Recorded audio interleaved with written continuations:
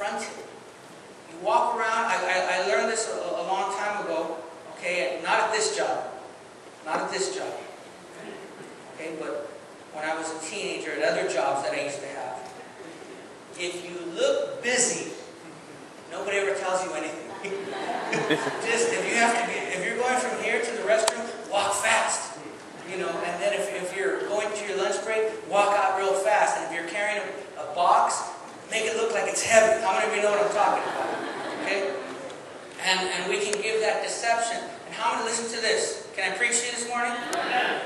How many of you know that a nasty, ugly face, instead of having a smile like we should as the redeemed of the Lord, how many of you know a nasty, ugly face manipulatively can keep people away? Or you know how many of you know what I'm talking about? And parents, can I preach to you this morning? And teenagers, can I preach to you this morning? How many of you know anger can keep people away so that you don't have to talk about something you know needs to be talked about? Are you with me this morning? Everybody say shame. Shame. Say blame. Blame. Say fear. Fear. Say denial. Pain. Anger. And then this last one, and all unhealthy behavior patterns. Unresolved sin can manifest itself through unhealthy behavior patterns. Let me list some of them for you. Follow me along in your notes. Number one, when I have unresolved sin in my life, I become highly sensitized to my own sin, okay, and begin to judge the sin of others. Why would I do that? Because as long as I can point the finger at other people, it helps me, and I don't have to stop and think about what's going on in my life. How many of you know what I'm talking about? Okay? Somebody that's always pointing the finger, it's probably because they don't want to take a good look at themselves. Number two, okay, I lose my objectivity in a crisis, and I become the issue. How many of you have ever been, everybody's around, and somebody said, well, it wasn't my fault. And nobody's even blaming that person.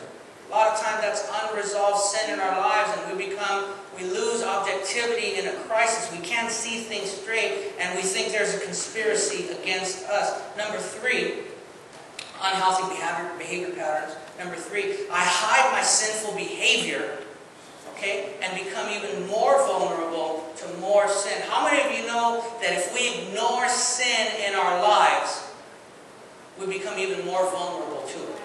Because when we act like it's not there, that's when the devil has a heyday. How many of you are still with me this morning? Okay, let me move on. What happens? I'm unable to love or be loved. Okay, when there is unresolved sin in my life, I can't see straight. Number five, I become susceptible to wrong life choices. And number six, I attempt to control others. Okay, and before we continue to move on, how many of you know that with Christ or without Christ, everyone goes through this? People in the world. What is the difference? The difference is you and I have hope. What is our hope? Our hope is this: that when we come to God and when we come to God's people, we can take off our mask and find a community of grace. That's what church is all about. That's what church is all about. Being able to take off your mask and come into a community of grace. How many of you are with me this morning? And so, how many of you know, okay, that there's some disadvantages of mask wearing? Well, there's obviously some disadvantages. Let me list a couple of them for you. When I wear a mask all the time, number one, nobody ever gets to see my face. Nobody ever gets to know who I really am, which is going to result in number two, I confuse those I love. Those I love can't figure me out. And how many of you know sometimes we like no one being able to figure us out? Because then when they can't figure us out, it's easier not to have to give an account. It's easier. There are a lot of things that are easier for us. Okay, number one, no one ever gets to see my face. Number two, I confuse those I love. Number three, only my mask will receive the love, which will result in number four, I'm still not loved.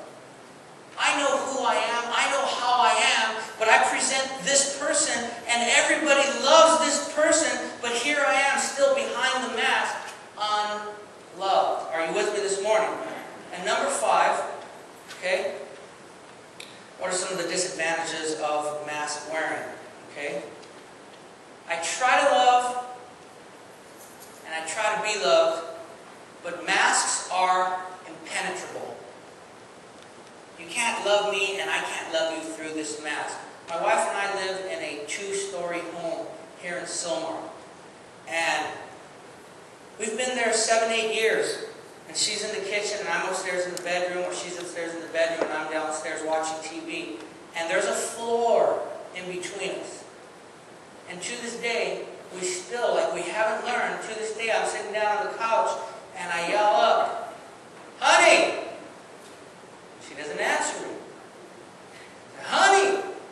And she doesn't answer me. So I go over, I don't even go upstairs, I go to the stairs.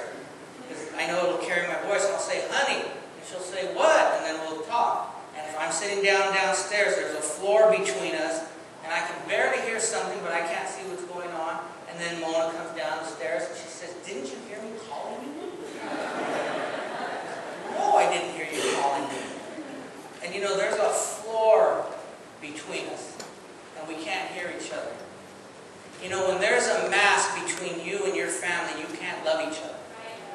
When there's a mask between you and God, there's no communication, and we impede God's Spirit doing for what He wants to and needs to do in our lives. How many of you are with me?